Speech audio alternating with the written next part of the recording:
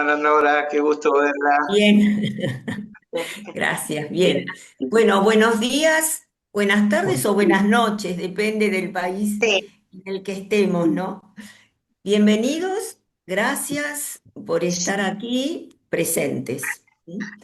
Este es el tercer encuentro de la red Madre Eufrasia. Y quiero destacar que el próximo 2 de agosto se cumplirán 110 años de la partida al cielo de la Venerable. Ahora la hermana Mabel Betti, superiora general, desde Roma, dará inicio a este encuentro. Esta es la hermana. Nora Antonelli. ¿Cómo? Nora Antonelli. Ah, ah, estarán tratando de enganchar. Sí, ensambla. Ahí Ahí está. está. Ay, no se le escucha. Aquí, buenas tardes. Buenas Buenas tardes, Bueno, bienvenidos, Buenas tardes, hermana. bienvenidos a todos a este tercer encuentro de la Red Madre Eufrasia que ponemos en manos de María Inmaculada. Por eso los invito a todos a unirnos en un Ave María. En el nombre del Padre, del Hijo y del Espíritu Santo. Amén. Dios te salve María, llena eres de gracia, el Señor es contigo. Bendita tú eres entre todas las mujeres, y bendito es el fruto de tu vientre, Jesús.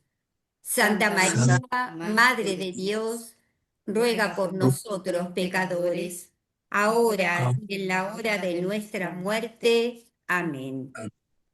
Ave María Purísima, sin pecado concebida. en el nombre del Padre, del Hijo y del Espíritu Santo. Amén. Amén.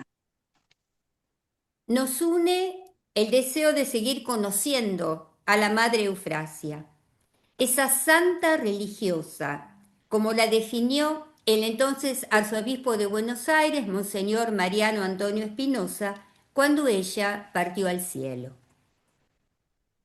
Me pareció lo mejor dejar hablar a nuestra fundadora en esta introducción, recordando tres pensamientos suyos. El primero, por tanto, ánimo y adelante. Trabajemos con ahínco por la gloria de Dios y salvación de las almas. Esta frase se hizo vida en las misiones de nuestra fundadora en el barrio de Almagro, Buenos Aires, Argentina, que en este encuentro profundizaremos con la guía del licenciado Hernán Capizano. Y hoy la Madre nos repite a cada uno: ánimo y adelante, para no dejarnos vencer por los obstáculos y las dificultades. El segundo pensamiento: estamos seguras de que nuestra empresa descansa en brazos de nuestro Padre Celestial, que nos quiere más de lo que nosotras nos podemos querer a nosotras mismas. Toda la vida de la Madre Eufrasia fue un testimonio de confianza en el amor de Dios, en su protección y en su guía. Su ejemplo nos invita también a nosotros a construir nuestra existencia sobre la roca del amor divino. Finalmente, el tercer pensamiento: constancia y fervor, porque la corona se dará a los que perseveran y no a los que se cansan después de unos días o se asustan apenas se asoma una crucecilla. Nada detuvo la audacia apostólica de la Madre Eufrasia. Respondió con amor a las necesidades del prójimo y acudió donde la Iglesia la llamaba. Nosotros también, cada uno desde su vocación personal, podemos seguir sus huellas y servir con generosidad. Quiero agradecer especialmente a la licenciada Ana María Silvestrín y a la licenciada Paula Peñas, quienes junto a la hermana Nora impulsan esta red para difundir la fama de santidad de nuestra fundadora. Que el Señor bendiga todo su trabajo. También en esta oportunidad doy gracias al licenciado Hernán Capisano, hoy docente de la Casa Madre, primer colegio de nuestra familia religiosa. Nos disponemos entonces a viajar al barrio de Almagro, en Buenos Aires, Argentina, a principios del siglo XX, para encontrarnos con esta mujer plena de amor a Dios, a María Inmaculada y a sus hermanos más necesitados. Le pido ahora a la hermana María Laura que nos presente brevemente al licenciado Hernán Capisano. Muchas gracias.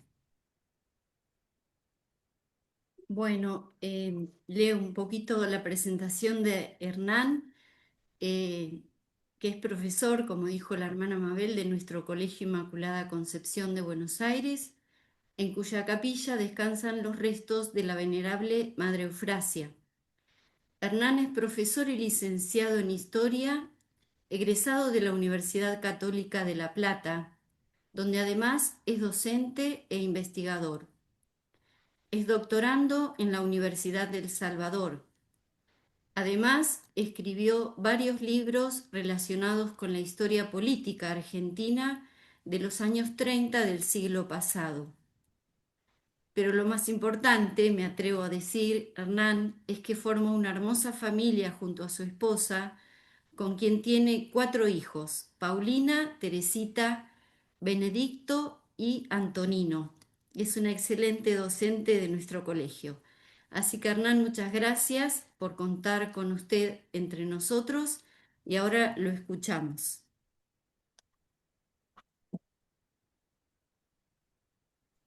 ¿Me escuchan ahí? Perfecto. Bueno, muy bien. Bueno, muchas gracias por la presentación. Primero quería saludar por el Día del Trabajador a todos en el espíritu de San José, dentro de ese marco tan hermoso que tenemos.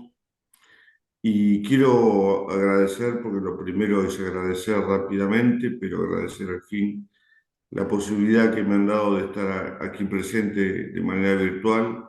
En primer lugar, a la Madre Mabel Betti, superiora general, y a la hermana Nora Antonelli.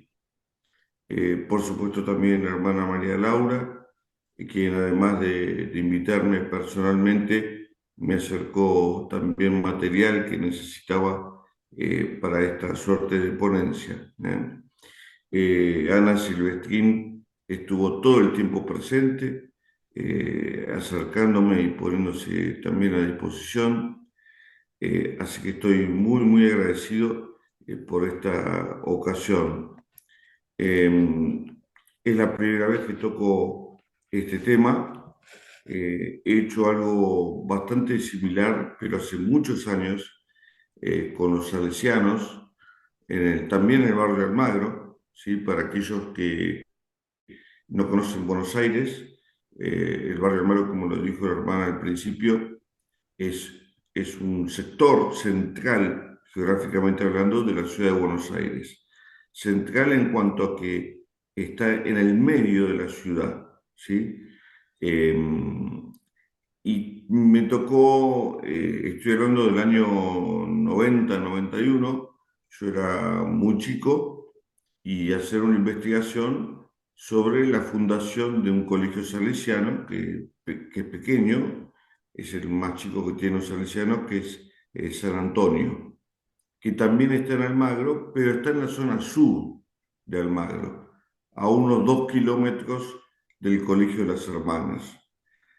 Entonces, tuve en esa oportunidad, y en eso soy autorreferencial como para que se advierta que conocí a algunas personalidades en aquel tiempo que hoy ya no están, de entrevistar a gente muy mayor, nacida entre los años 1900 y 1910 en aquella oportunidad, y entonces me dieron una fotografía de lo que fue Almagro en aquellos tiempos. Pasó mucho tiempo y hoy, estando en Casa Madre y siendo devoto de la venerable Madre Eufrasia, estoy encantado de poder hacer esto. Vamos entonces a lo que realmente nos importa, que en definitiva es conocer un poco más o tener un enfoque particular sobre las misiones llevadas adelante por las hijas de la Inmaculada Concepción en este barrio. Hoy vamos a ver, aunque más no sea brevemente, un capítulo que yo llamo un capítulo heroico sobre la historia de las misiones en esta familia religiosa. Cuando se habla en el marco de historia de iglesia de misiones, se habla de santidad y ejercicio de virtudes en grado heroico. Ustedes, hermanas, lo saben, son tiempos como el que nos ocupa, fundacionales, y brindan para la posteridad la fuente en la que quienes venimos más tarde debiéramos abrevar. Santidad, entrega, dedicación, abnegación, sacrificio, alegría, son algunas de las palabras que están relacionadas a estos tiempos heroicos que nosotros hemos señalado principalmente como un análisis centralizado entre 1900 y 1905, pero que en rigor excede estos años, pues abarca un proceso bastante más extenso que podría llevarnos a ocupar casi un cuarto de siglo entre 1893 y 1916. O sea, desde la llegada de las primeras hermanas hasta el paso a la eternidad de Madre Eufrasia en 1916. Nuestra mirada se va a centrar, como dije, en el barrio de Almagro, sede de Casa Madre y, por lo tanto, lugar histórico. Si hay un lugar histórico, es precisamente este. Muy significativa para esta querida familia religiosa. Por eso le voy a pedir a la hermana que si puede poner la diapositiva, la primera, y voy a ir relatando rápidamente para aquellos que a lo mejor no lo tienen muy presente, ¿sí? Una cronología básica nada más. En 1878 la Madre Fabiano funda el Instituto de las Hermanas de la Caridad. En 1893 el Hospital Italiano llama a dichas hermanas, las hijas de la Inmaculada, para que asistan a las necesidades de su administración, ¿sí?, en el Hospital Italiano y cuidado de los enfermos. Ese año llegan, y algo más tarde, el primer sitio donde se instalan, durante breve tiempo, no mucho, es en una casa de una calle que se llama Perú, a la altura del 800, que para aquellos que no conocen Buenos Aires, sería muy cerca del centro cívico de Buenos Aires. Una casa, para ese entonces, un sitio bien poblado, ¿no? Hoy le llaman el barrio de San Telmo también. Bueno, el 1 de marzo de 1896 se inaugura el Colegio de la Inmaculada, allí mismo, precisamente Perú 859, para niñas internas y externas. 2 años más tarde, 27 de junio de 1898, Madre Eufrasia pide al ministro de Culto un terreno en la capital para edificar un colegio y atender niñas en forma gratuita. ¿Sí? La Casa de Perú, evidentemente, no tenía todas las condiciones que se necesitaban para ese fin. Bueno, poco más tarde, en julio de 1900, se puede ya bendecir la piedra fundamental de una casa que se levantaría en la Valle 3470. Ya ahí, ya en esa calle, estamos pisando Almagro. Ya estamos pisando Almagro. No va a ser la calle definitiva, porque ahí va a ser poco el tiempo en el que estén, porque en septiembre de 1901 Elvira Escurra dona a la Curia de Buenos Aires un terreno ubicado a solo 200 metros de la calle Lavalle que mencioné, que es precisamente donde actualmente continúa su existencia la casa madre, el colegio Humahuaca y la calle Sadi Carnot, que era el nombre primero de lo que hoy se llama Mario Bravo, ¿sí? Hoy, como correspondencia permanente, la calle Mario Bravo 563 es la que corresponde al Colegio Casa Madre, pero en ese momento y durante mucho tiempo fue Sadi Carnot. Así que yo esta calle la voy a mencionar varias veces como Sadi Carnot, que es lo que corresponde simplemente para mantener una coherencia cronológica. En mayo de 1903 se inaugura entonces la sede de Casa Madre y del Colegio de la Congregación, que en ese momento ya es Congregación Diocesana. Actuando como padrinos el matrimonio Anchorena Blaquier, que había donado los recursos para levantar el edificio. Tanto la familia Escurra como los Anchorena Blaquier son gente muy pudiente, históricamente, y en ese entonces la gente pudiente, y esto se ve muchísimo en Buenos Aires, colaboraba para levantar templos y para obras de caridad de una manera increíble. Increíble. Hubo mucha generosidad de estas familias.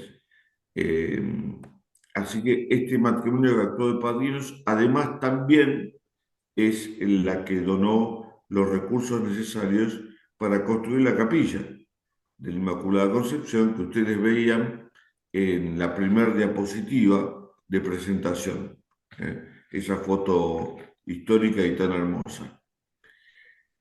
Bueno, hay una palabra que a mí me parece clave, si la hermana quiere quitar ya esa diapositiva y en cualquier momento pone la segunda diapositiva, que es la palabra periferia.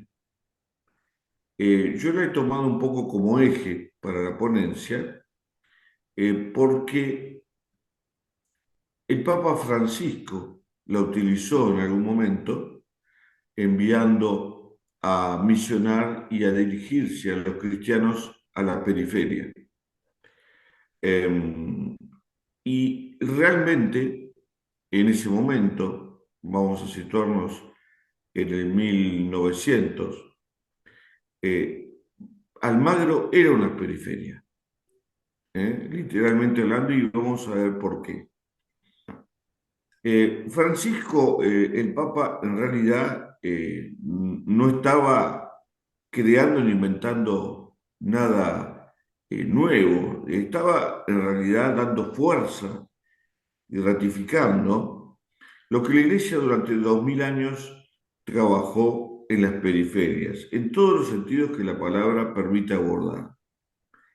Es que la Iglesia, así como estuvo unida a poderes centrales durante épocas y lugares y circunstancias diversos, de la misma manera y a la vez, su presencia misional evangelizadora en las periferias es un hecho comprobado. Inclusive, en el marco de la organización eclesiástica, codificó su accionar de una manera más centralizadora y operativa, si se quiere, con la olvidada Secretaría de Propaganda Fide.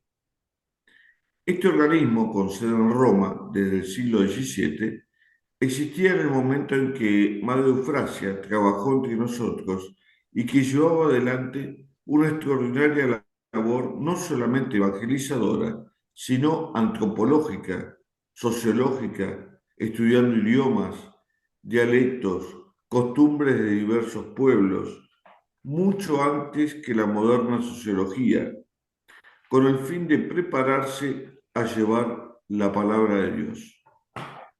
No se trataba en las misiones simplemente de un acto voluntarista, sino de prepararse lo mejor posible en cultura, ciencia y estudio de los pueblos que serían abordados por los misioneros. Se hacían gramáticas y todo tipo de trabajos, y de ahí salieron incontables misiones. En el barrio de Almagro, el sentido de periférico encuentra una clave auténtica comprometida. Efectivamente, tenía un sentido en varios aspectos. Yo puse 4 aspectos para que se entienda esto. En la diapositiva ustedes ven 3 colores. El color rosa fuerte es la parte tradicionalmente habitada y poblada para ese momento, es un recorte del 1900, ¿sí? De la ciudad de Buenos Aires. La parte populosa, que integra también la zona de la Vuelta del Riachuelo, prácticamente, y donde está todo urbanizado.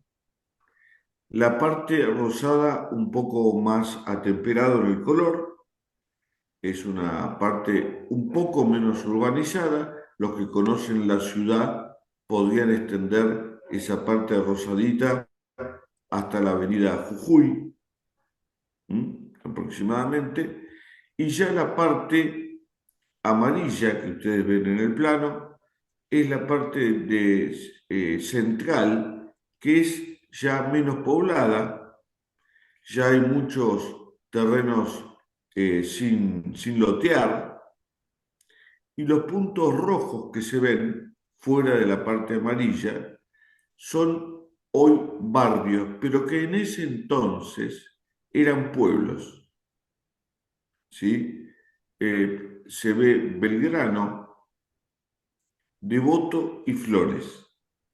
Hoy, para cualquier porteño, para cualquiera que conozca la ciudad, son barrios absolutamente integrados, totalmente urbanizados. Bueno, en ese momento, por eso me interesaba este plano, son pueblos, para cualquier porteño son pueblos, ¿sí? Cercanos, ciertamente, pero pueblos al fin.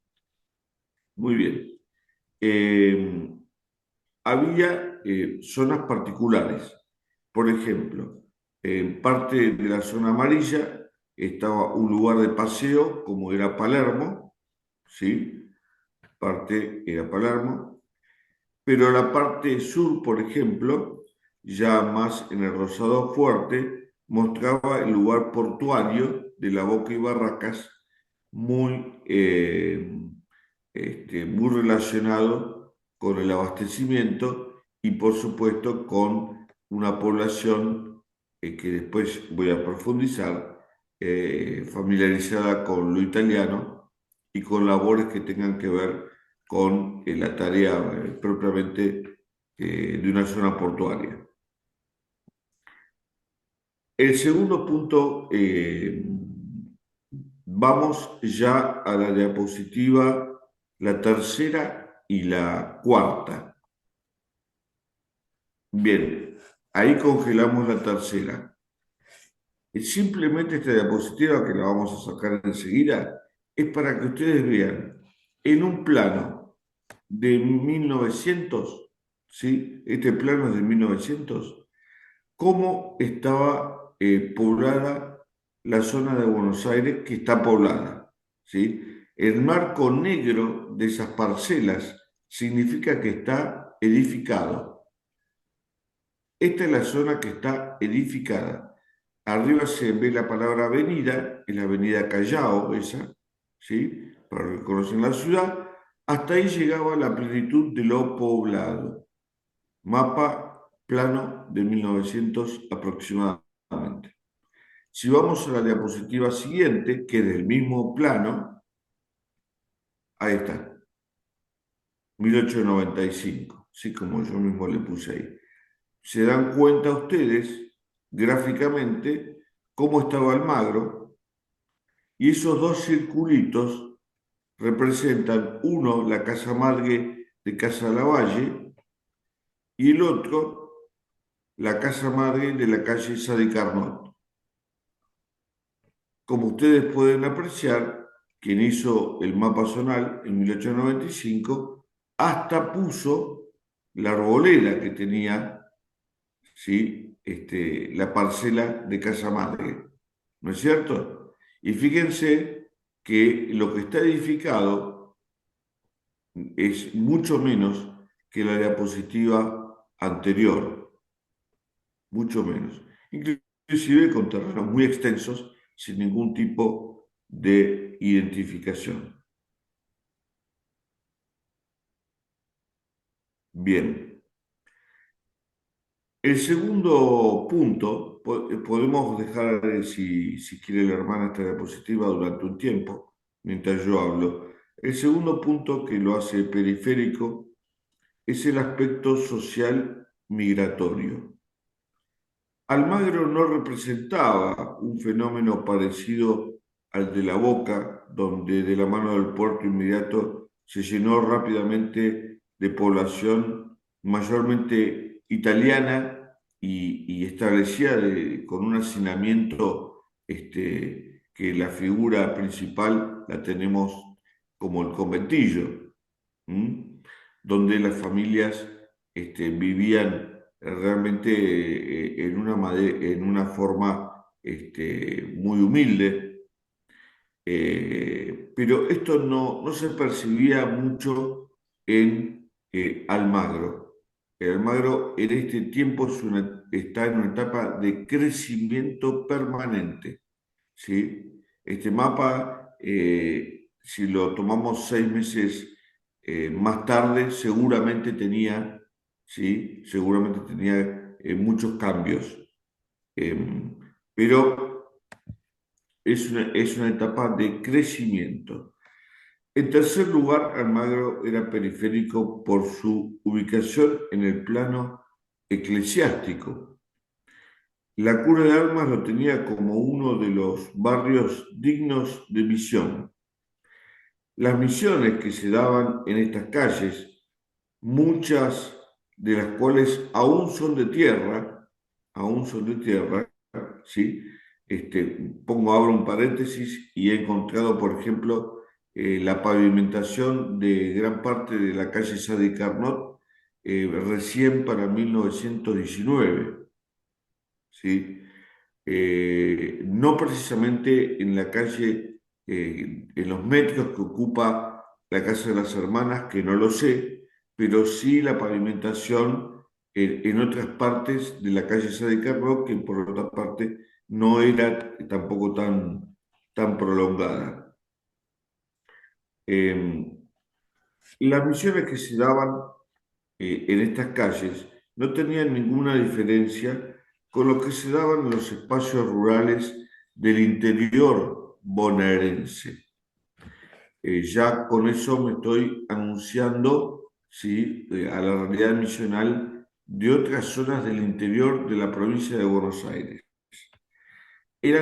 Las misiones se daban exactamente igual en Almagro que en localidades como Las Flores, Lobos, Chivilcoy, ¿sí? ¿Por qué? Porque en realidad en la última línea de una parroquia histórica como era Valvanera, que era la que correspondía técnicamente a Casa Madre, existían ya 100.000 fieles según censo de 1902. Esa parroquia de Valvanera con 100.000 fieles tenía una zona muy habitada, como la del plano anterior, ¿sí?, pero también tenía esta zona. Esta zona. Para la parroquia también era periférico esta zona de la capilla de Casa Madre. Para la parroquia también. Esto es interesante saberlo. Y para los que quieran un poquito más de detalles, vamos a decir las calles que limitaban la parroquia y que las hermanas conocían muy bien, por supuesto, eran Tucumán, Córdoba, Callao, Entre Ríos, Independencia, Boedo y Bulnes. Si tenemos en cuenta que para 1901 había una capilla muy cercana a esta, que era la capilla de Nuestra Señora de Guadalupe. Pero ya la capilla de Nuestra Señora de Guadalupe, que está a unos 600, 700 metros, pertenecía a otra parroquia cuyos límites estaban pegados a la de Valvanera, ¿sí? Calles que les van a sonar. No voy a entrar en detalle para no confundir ni tampoco cansar. Y también, muy cerquita, otra parroquia pegada, que es la parroquia de San Carlos, la que atendía en gran parte del barrio de Almagro los salesianos. Y acá sí, también tenemos a Bulnes y Boedo como límites de la parroquia de San Carlos en ese momento. Con lo cual, fíjense ustedes cómo vuelve a ser periférico, aún en el plano eclesiástico, esta zona. En una publicación llamada El Nuevo Templo de San Carlos, de 1902, ¿sí?, se dan precisamente los límites de esta parroquia vecina y pegada a Valvanera. Muy bien. Y finalmente, también era periférica en su desarrollo económico y comercial. La lectura de los diarios no mencionan prácticamente en estas calles algún desarrollo económico y comercial. Si bien sabemos por algún dato y por tradición oral la existencia de algunos establecimientos, ¿sí?, de ninguna manera era una zona como la que dije antes, ¿sí? Había establecimientos de tipo más corralón de materiales, horno de ladrillos, y algún servicio más. Pero por lo general, todavía en ese aspecto sigue siendo alguna lechería también, y el mercado de abasto, que por supuesto no tenía las dimensiones que más tarde tuvo, pero que era un mercado de todas maneras donde iba mucha gente a abastecerse. Un mercado, para aquellos que desconocen esta parte de la ciudad, mercado de fruto hortícola, ¿sí?, donde no era el único, pero era uno de los más importantes. Estaba muy cerca de la casa de las hermanas, a unos 500 metros. Y podríamos agregar, si se quiere, para completar este enfoque y conocer en qué territorio misionaron y desempeñaron su apostolado, hay un dato que es un poco más triste, ¿sí?, y ya podemos poner la diapositiva, la quinta, la siguiente, donde yo he hecho un recorte leyendo periódicos del momento y casi al azar, buscando datos de la zona, bueno, me crucé con que la página que los diarios traían, había muchos diarios en Buenos Aires, muchísimos, la parte policial de los diarios muchas veces traía noticias relacionadas con la zona donde las hermanas realizaban su apostolado, ¿sí? Les digo sinceramente, la selección es casi al azar, porque hay muchas noticias de este tipo, ¿sí? Ahí tenemos donde dice policía el asunto Rebur. Rebur es un policía que falleció, lo asesinaron a 200, 300 metros donde estaban las hermanas, ¿sí?, en el año 1901, 1902. No recuerdo ahora con precisión el año, ¿no? pero así un montón de noticias que lo ponen ciertamente en un espacio marginal en ese aspecto también. Así que bueno, no quería tampoco dejar de señalar esto como un conocimiento del territorio.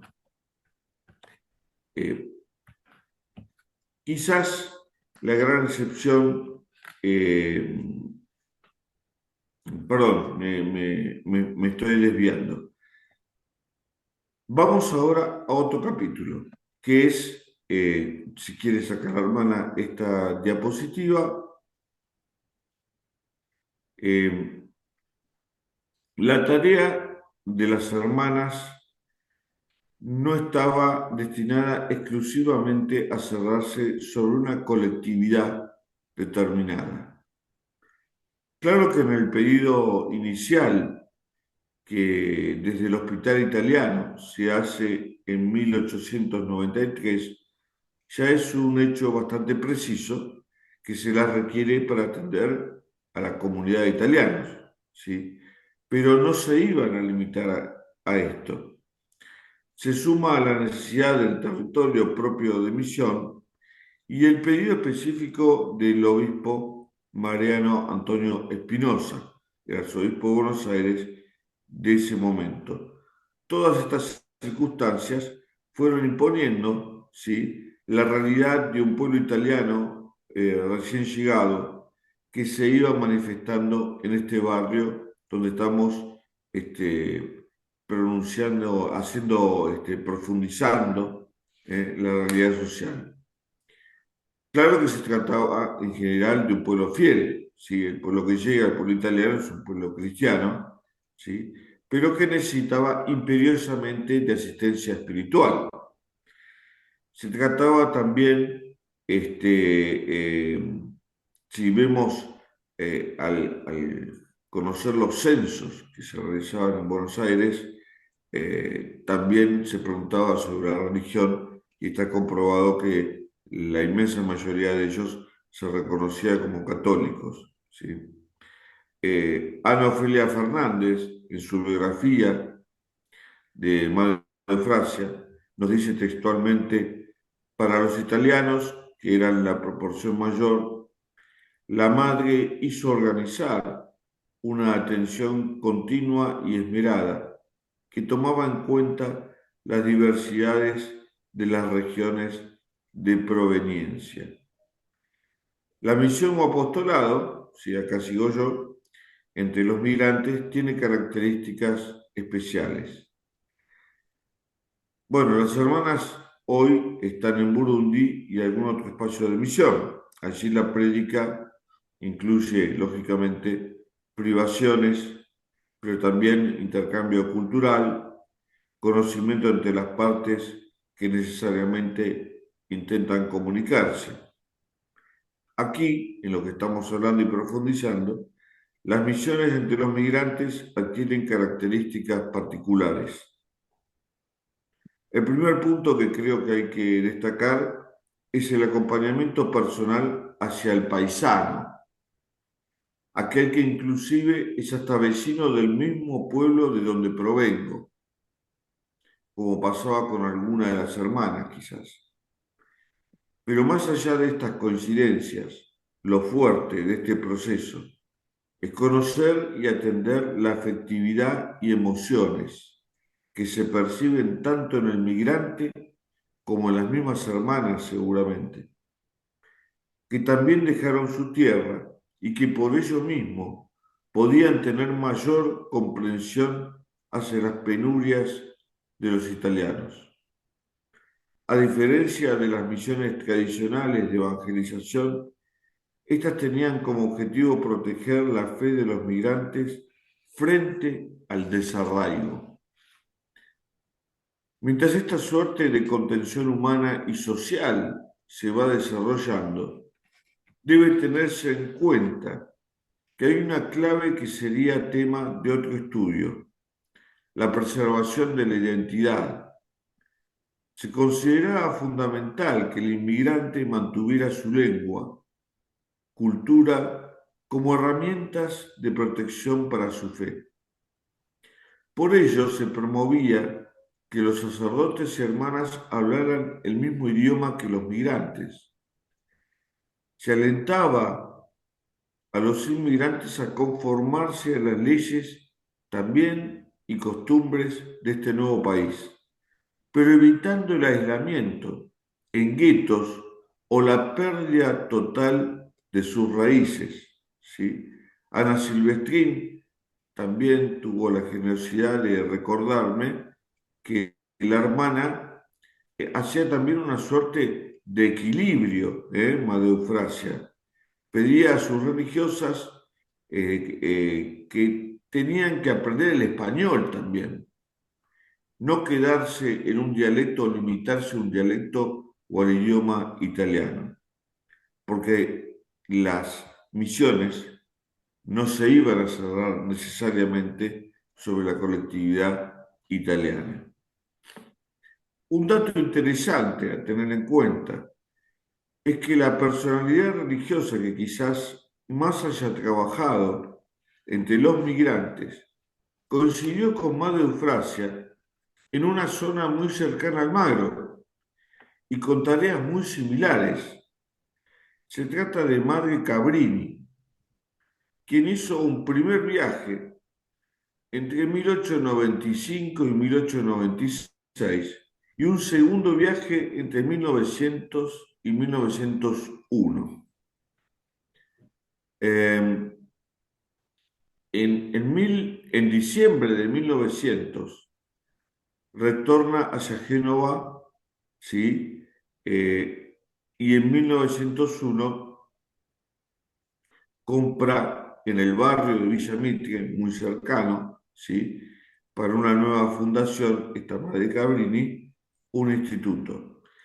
¿Por qué se me ocurrió pensar en Madre Cabrini? Porque coincidió en el tiempo con Madre Eufrasia. Es cierto que Madre Eufrasia cruzó el océano en esos tiempos para solucionar cuestiones que la congregación mantenía en Italia, pero estaban realizando el mismo trabajo. Madre Cabrini es súper reconocida globalmente, pero no tenemos ninguna duda que si se escribiera, y hay muchos trabajos escritos sobre Madre Cabrini, y si se escribiera una historia de las misiones en Buenos Aires, Madre Eufrasia debería ocupar un lugar destacado, seguramente. De manera particular pueden verse las misiones cuyo detalle se conserva en los informes que los misioneros daban sobre la actividad volcada desde la casa madre. Hay varios de estos informes. Religiosos de otros institutos o congregaciones llegaban por orden del arzobispo de Buenos Aires, o pedido más que orden, para brindar lo que se denominaba una misión, así concretamente, dar una misión. ¿Esto qué es? Irradiando desde ese lugar físico, la capilla de las hermanas, Sadi Carnot y Humahuaca, se dedicaban varios días a atender las necesidades espirituales de los vecinos o de quienes se allegasen. Podían ser misiones de una semana o se podían extender a 2 semanas. Hubo varias. Entonces, los sacerdotes administraban los sacramentos, rezaban misas, bendecían matrimonios, bautizaban, daban primeras comuniones, etc. Eran días en la capilla de gran actividad, donde se caminaban las calles y se golpeaban las puertas para que los vecinos se congregasen en la misión en torno de los padres y las hermanas. En esto debemos hablar con precisión. Si nos quedamos en la letra de los informes, nos podríamos llevar la falsa presunción de que llegados al barrio, puntualmente la Capilla de la Inmaculada, los redentoristas o cualquier otra congregación predicadora lograba en una semana frutos extraordinarios. Pero sería una visión limitada. La llegada de los predicadores era en rigor el sello final de todo un proceso llevado adelante por las hermanas. Los números que ahora brindaremos dan una idea de las dimensiones tomadas por estas misiones, donde los bautismos, las confirmaciones, etcétera, ¿sí?, dan cuenta de un trabajo misional hasta este momento. Y para que se contaran por cientos, como van a escuchar las cifras, la única forma de entender esto es el constante trabajo previo de las hermanas entre los vecinos. En 1902, y cito un informe de este año, la misión comenzó el día 8 de junio y terminó el 17 de junio. Una misión, ¿sí?, simplemente de poco más de una semana. Se encargaron los redentoristas. Todavía estaban las hermanas realizando el apostolado desde la casa que tenían en la Valle al 3400. Ya se había donado el terreno de la calle Sadi Carnot, pero todavía no estaba la casa edificada como para que se mudasen inmediatamente. Así que la misión se hizo desde casa en calle Lavalle. Como era de prever, las misiones también servían para, en ese momento, uno de los pocos medios de comunicación, además del periodismo gráfico, era directamente el arte de la oratoria. Y entonces los misioneros se destacaban, entre ellos, precisamente como eximios oradores, ¿sí? Había excelentes predicadores que evidentemente atraían a la gente. En el caso concreto que hablamos, estaba el redentorista José Brescia, ¿sí? Donde nos dice en la misión, el informe, textualmente, provocaba cada día más numerosos fieles extasiados para oírlo, pues cada palabra revelaba los latidos de su corazón vivamente, ¿no? Como se escribía en ese momento. La concurrencia ciertamente fue tal que desde el exterior de la capilla se amuchaban los vecinos del barrio para poder escucharlo. Las hermanas atendían a todo lo necesario para que la misión se llevara adelante sin carencias, desde la disposición de las salas, el coro, los ornamentos, la organización del gentío, la alimentación que nunca falta, etc. Los números nos hablan de 750 comuniones. Cuando la misión ya llevaba 5 días, se dispone una procesión por las calles del barrio.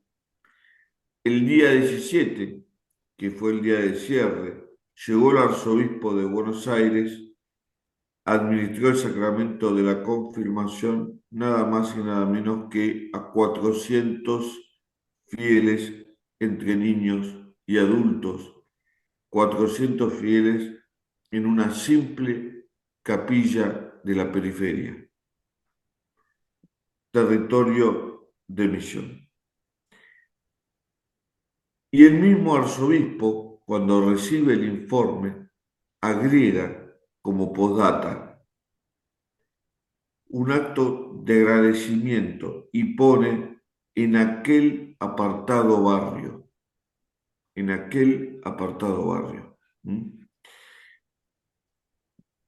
el marco de las misiones volcadas sobre Buenos Aires, estos números quizás puedan parecer pequeños, pero dan toda una descripción.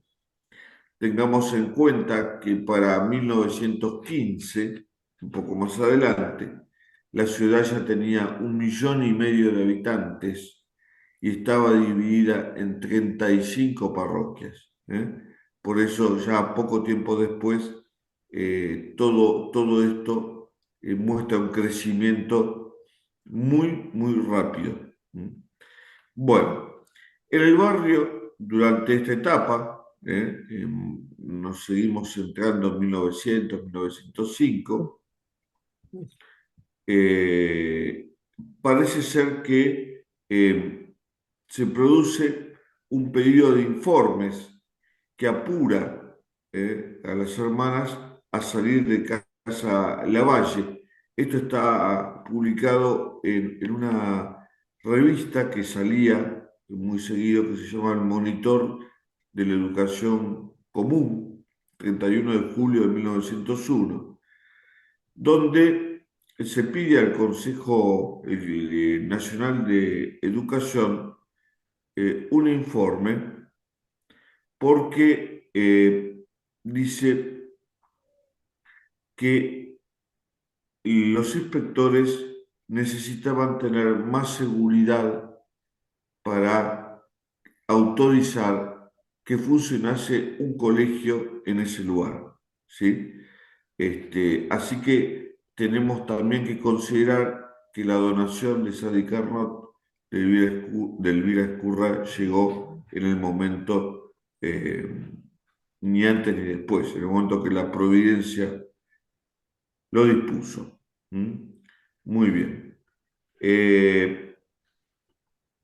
Al poco tiempo que se trasladan a Sadi Carnot, hay una descripción de la casa y cómo estaba compuesta. Dice: vastos y elegantes locales para el colegio, se reciben pupilas, medio pupilas, niñas externas, las niñas pobres se reciben gratis y el apostolado de la oración costea libros y útiles.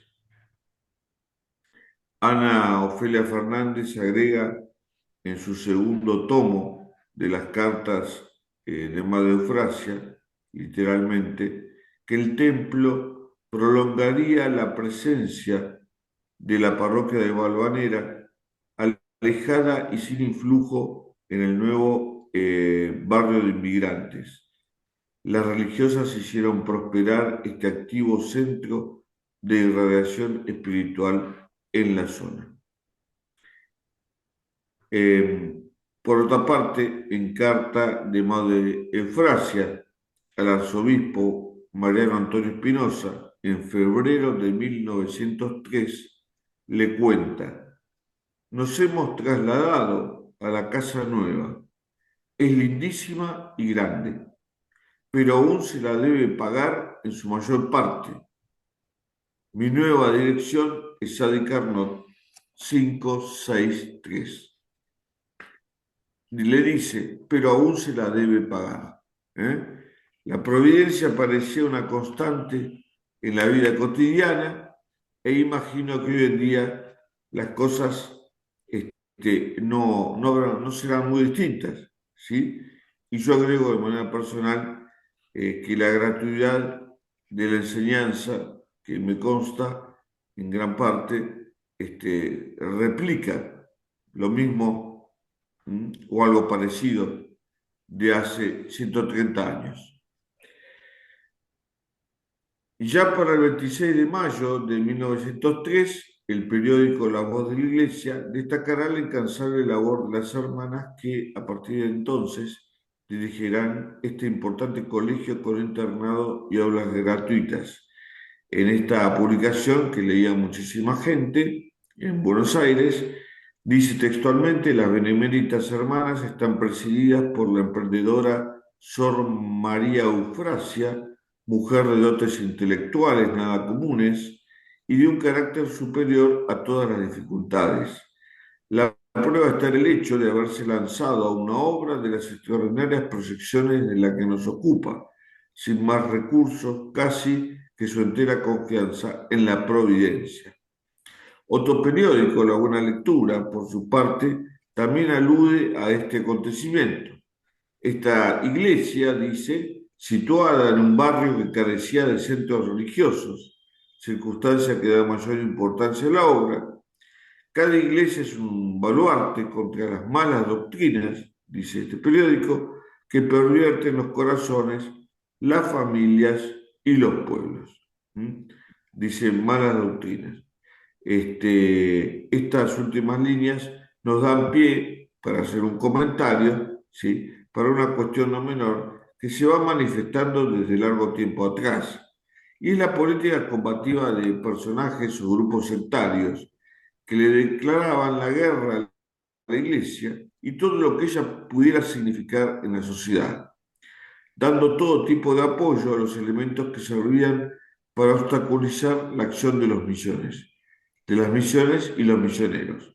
Puede mencionarse como herramienta fundamental de esta política hostil las políticas liberales y la masonería en concreto, ¿sí?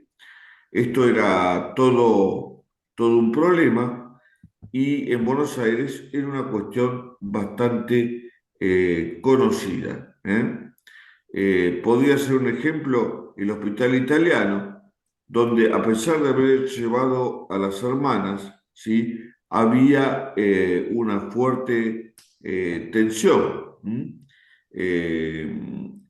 Hay un caso extremo que no está relacionado con las hermanas, pero que se puede documentar, que fue un desagravio que tuvo que hacerse en la capilla del Hospital Italiano, porque la masonería precisamente había llegado al extremo de profanar la propia capilla donde los médicos, algunos cristianos, pero otros no, ¿sí?, habían desenvuelto semejante atentado, semejante ataque. Este problema también lo tuvieron los salesianos en la zona sur del barrio, muy cerquita, ¿sí? Voy a abreviar un poco estas líneas porque sí que me estoy quizás extendiendo mucho en el tiempo, pero se manifestaban estos ataques de manera concreta con agitadores que los días sábados y domingos se acercaban a los alrededores de las casas religiosas para invitar a los niños y niñas a excursiones con gran despliegue de atractivos propios de la época. Así los llevaban a un día de camping y además de adoctrinarlos, los alejaban de la influencia de la iglesia y sus misioneros. Lograban que los sábados no fueran al catecismo y que los domingos no fueran a misa.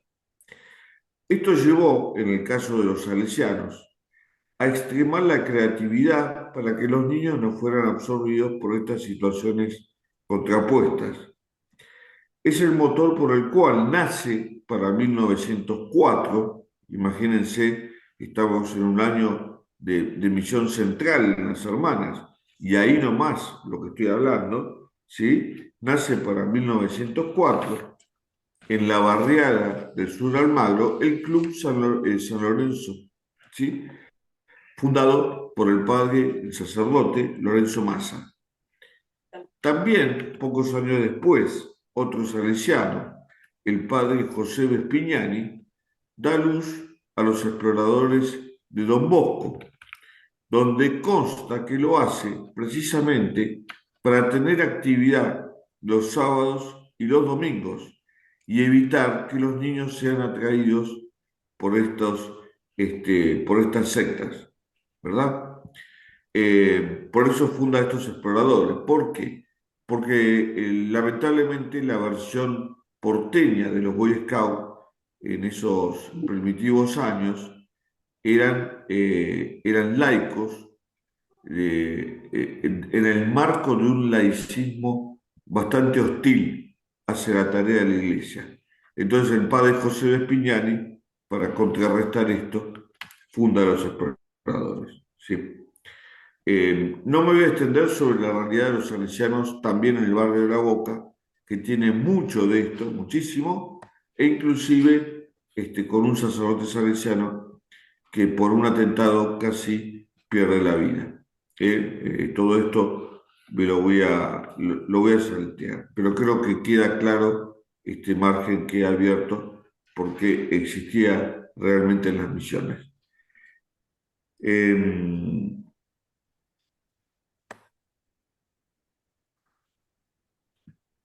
Devociones, ¿sí? Esta es una suerte de título que pongo en este momento de esta ponencia.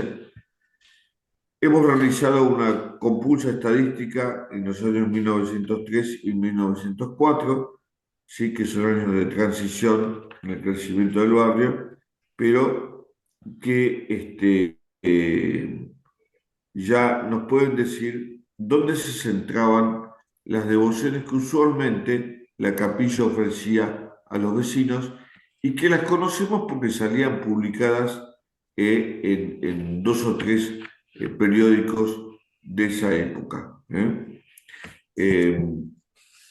Existía una notable devoción a San José, ¿sí? Es una época donde la devoción a San José está muy presente. Después, a lo largo del siglo XX, estas devociones cayeron en gran parte, pero yo tengo la percepción personal, y creo que ustedes también, de que estos últimos tiempos la devoción a San José volvió a presentarse con mucha fuerza, especialmente en los 30 días, ¿no? Bueno, esto durante gran parte del siglo XX se fue cayendo, pero hace un poquito más de 100 años estaba muy presente y en la capilla de Sadi Carnot también lo estaba. También una gran devoción al Sagrado Corazón de Jesús, muy presente, ¿sí? Y también a Nuestra Señora de Pompeya, efectivamente muy cerca de los italianos del sur de la península, naturalmente. En Buenos Aires existía un santuario de Nueva Pompeya, pero en la capilla de las hermanas también se realizaba esta devoción con mucha fuerza. Entre las asociaciones típicas que tenían lugar en la capilla, las había también, y curiosamente, ¿sí?, asociaciones que no se desarrollaban en capillas, sino en parroquias, en templos parroquiales. Sin embargo, notamos que en la capilla también toman fuerza, con lo cual, como en algún lugar leí, la capilla es un auxiliar, en este caso, muy fuerte de la parroquia, porque se permite asociaciones bien parroquiales como las Hijas de María, el Apostolado de la Oración, ¿sí?, y la Congregación de los Ángeles, lo cual señala que es un pie muy importante el que establece la capilla para la actividad de la parroquia de Valvanera. En el colegio las hermanas, en un comienzo, junto a las externas, las hermanas saben que se recibieron alumnas internas, ¿no? Pupilas. El uniforme de 1907 se afirmaba que 75 niñas pobres accedían gratuitamente, entre las que había varias huérfanas. Esto es un dato concreto que saco también del libro de Ana Ofelia, ¿sí? Y Ana Silvestrín me ha acercado un listado de 82 alumnas del año 1912 que yo he tomado como muestra y que es la diapositiva que ustedes tienen en vista. 82 alumnas que se inscriben para asistir a clase en 1912. Las edades de estas alumnas, y yo con esta estadística que ahora me voy a extender, voy a terminar la ponencia, la tomé y grábense un poquito 82 como número que señala el eje de este análisis, ¿no? Esas 82 alumnas que se inscriben van desde los 4 años, la más pequeña, hasta los 17 años, ¿sí? Desde los 4 años hasta los 17, ¿sí? El grueso de las inscriptas tiene entre 10 y 14 años. Bien, nacionalidad de las 82 alumnas que se inscriben: 74 argentinas, 5 españolas, 1 uruguaya y 2 de quienes no se aclara su nacionalidad. Fíjense que no hay ninguna italiana. 1912, a pesar de todo lo que leímos, no hay ninguna italiana. Pero vamos a la nacionalidad de los padres, porque las hermanas en ese listado también ponen la nacionalidad de los padres. Quisiera saber si me siguen escuchando. Sí, Hernán, lo escuchamos. Ahora 12:15 tenemos que ir cerrando. Bien, ya entonces voy a ser rápido. La nacionalidad de los padres es italiano, italiana en 27 casos. Italiano, argentina, madre argentina en 15. Matrimonio francés en 2 casos. Suiza en 1 caso, ¿sí? Y matrimonio argentino-argentina en 9. El resto hay otras variaciones. Pero lo que quiero señalar, dado que ya estoy ajustadísimo, y esto podría durar media hora más, es que son argentinos los inscriptos en primera generación en la casi totalidad de los casos. En la casi totalidad de los casos. Prácticamente no hay padres que ambos sean argentinos. Prácticamente.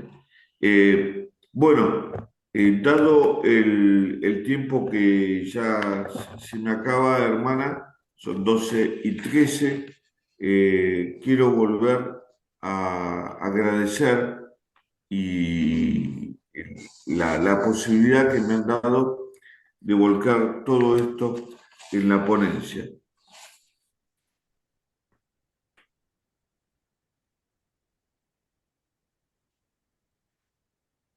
Muchas gracias, licenciado Hernán. Realmente hemos podido ver la importancia de esta misión de la Madre Eufrasia y Dios quiera que las hijas de la Inmaculada podamos seguir con esta audacia apostólica y con esta entrega que ella nos enseñó. Así que le agradecemos mucho, muy iluminadora su ponencia. Bueno, quiero nada más agregar que en la diapositiva que ustedes vieron recién, los puntos celestes son los domicilios de quienes se anotaban en la escuela, como para saber de esos 82 chicas que se anotaron, para saber el radio, ¿sí?, que tenían las hermanas. Nada más me olvidé de ese dato, fundamental para que se entienda la diapositiva.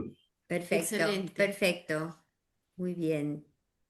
Creo que Bueno, muchas gracias. Laura, hermana Laura, ¿puedo participar un segundo nada más? Sí, Ana, por estoy supuesto. buscando para poner. Acá está, acá está. está. Sí. ¿Me escucha, hermana? Sí, Sí, sí, perfecto. perfecto. Desde el grupo que trabaja permanentemente en la historia de la congregación, de la Madre Eufrasia, agradecemos todo este trabajo de Hernán Capizano, del licenciado Capizano, porque es inspirador también para continuarlo, para profundizarlo. Hay mucho de todo lo que dijo que se puede profundizar cómo la madre Eufrasia hacía estudiar a sus hermanitas, a sus hijas, como ella decía, mis hijas, el castellano, pero también el italiano puro, porque ellas venían con dialectos y entonces tenían que tratar con hijas de italianos y tratar de combinar todo esto que dice Hernán, ¿no? Esta disponibilidad de la madre Eufrasia que se manifiesta en el barrio de Almagro, en el Hospital Italiano de Santa Fe, le proponen en Rosario, en Córdoba, pero también en fundaciones como Eloy Palacios o Barrio Belgrano en Rosario, en Nieva, al lado de La Cañada, en Córdoba, en un barrio que era en ese momento periférico.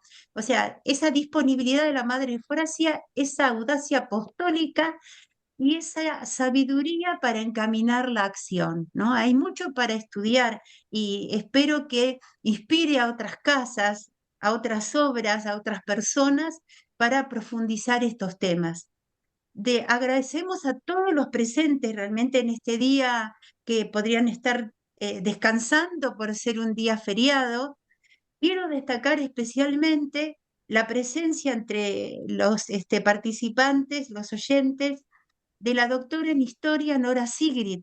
¿Por qué? Porque ella es miembro de la Junta de Historia Eclesiástica Argentina, es evaluadora en CONICET y tiene muchos trabajos dignos de la inmigración vasco-navarra y también de la historia de la Iglesia. Así que a ella, como a todos, especialmente, queremos darle las gracias y que bueno, que estos trabajos continúen porque estimulan realmente en la investigación. Gracias, Hernán, porque has hecho en poco tiempo una evaluación de distintas fuentes que despierta interés.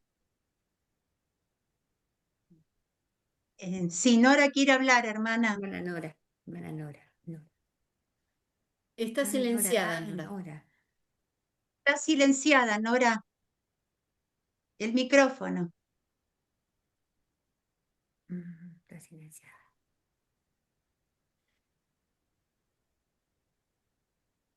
No la podemos escuchar. No la podemos escuchar.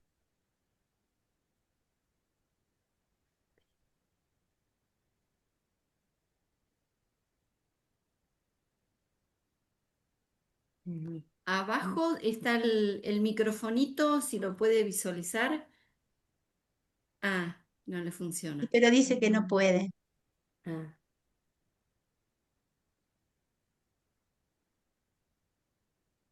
Está con un celular, capaz. No le escuchamos, no le escuchamos.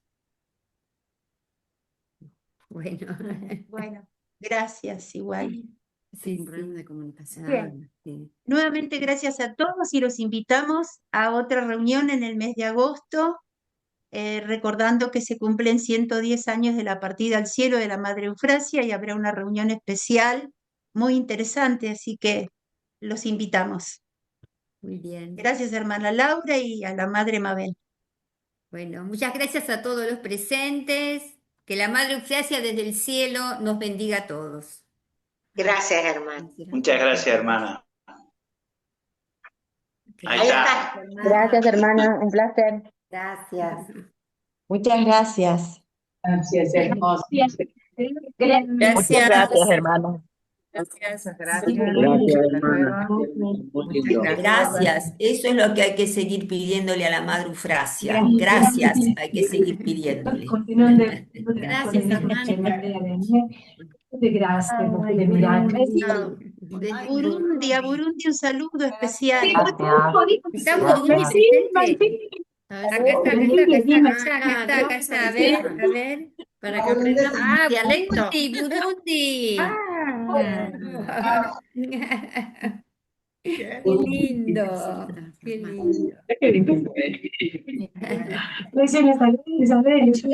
Muy interesante. Gracias. Me gustó mucho. Sí, ¿verdad? Aprender el idioma del lugar.